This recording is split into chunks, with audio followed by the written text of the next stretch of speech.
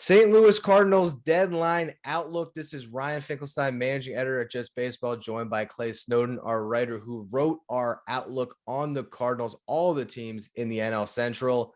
And we got a lot to talk about from the article, but there's something else that's happened recently, which is the Cardinals are suddenly a front runner for Juan Soto, which would blow up anything else they might do. Let's just talk about that. Imagine they pull this off. I don't want to talk about the package. That's for another show. Let's just talk about the next 3 to 5 years with Nolan Arenado, Paul Goldschmidt, and Juan Soto, what that could mean. I mean, best trio of hitters in baseball, really? Yeah, and what I actually see the Cardinals as a likely candidate to get Soto because of the prospect package that they have, including young MLB players that they can move as well. Juan Soto in this lineup would be absolutely incredible. As a Reds fan, I would hate it, but you know, the Reds don't really contend much with the Cardinals, so I don't really know if it matters. I mean, it would just be insane to think about. And obviously, that's pie in the sky for any team we're going to talk about when it comes to Juan Soto. You can't count on it. So, getting back to the article and what they can do to add to this team, I think the big area we want to talk about here is the rotation because, I mean, Adam Wainwright, the ageless wonder, they've got a lot this year from Miles Michaelis, but you look beyond that, and this rotation has been pretty underwhelming. There's been injuries with Flaherty, with Steven Matz. How important do you think it is to get at least one big arm to go atop that rotation with those guys? Yeah, I think it's the top of the list for them, especially once you get to the playoff and your rotation shrinks a little bit. You want to have three reliable, legit pitchers if you want to make a run in the playoffs, at least. And right now, they don't have that. I know I I just think Frankie Montas makes sense for them. The Cardinals say that they don't want to give up one of their top three young, talented prospects unless it's for a Soto deal. They'd have to. So it's just kind of hard to imagine that. Last year at the deadline, it was John Lester and J.A. Happ.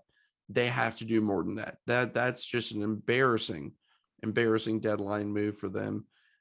So I expect them to aim a little bit higher this year, and luckily there are some options out on the deadline that they can bring in and at the very least improve from the bottom of their rotation.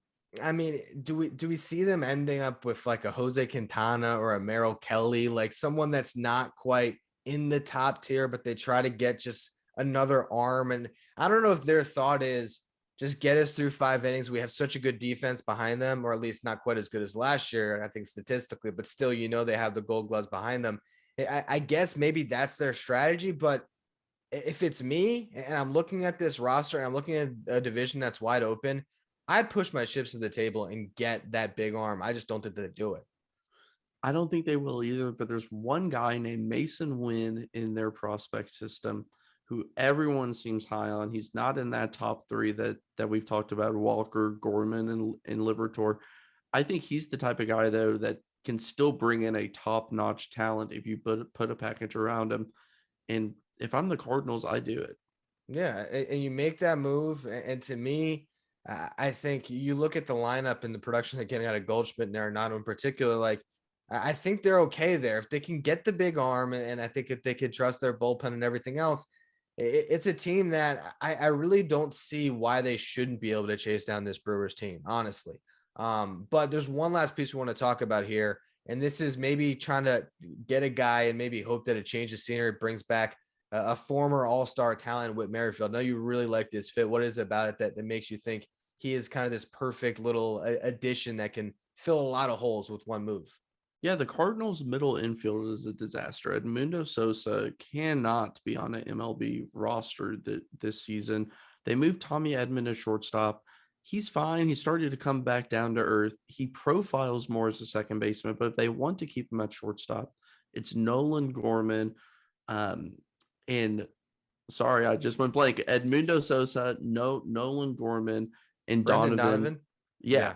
Those are the options at second base. A lot of rookies, a lot of underperformance. If you bring in Whit Merrifield, he can play second base for you. He can play corner outfield, a position that they've struggled with injuries.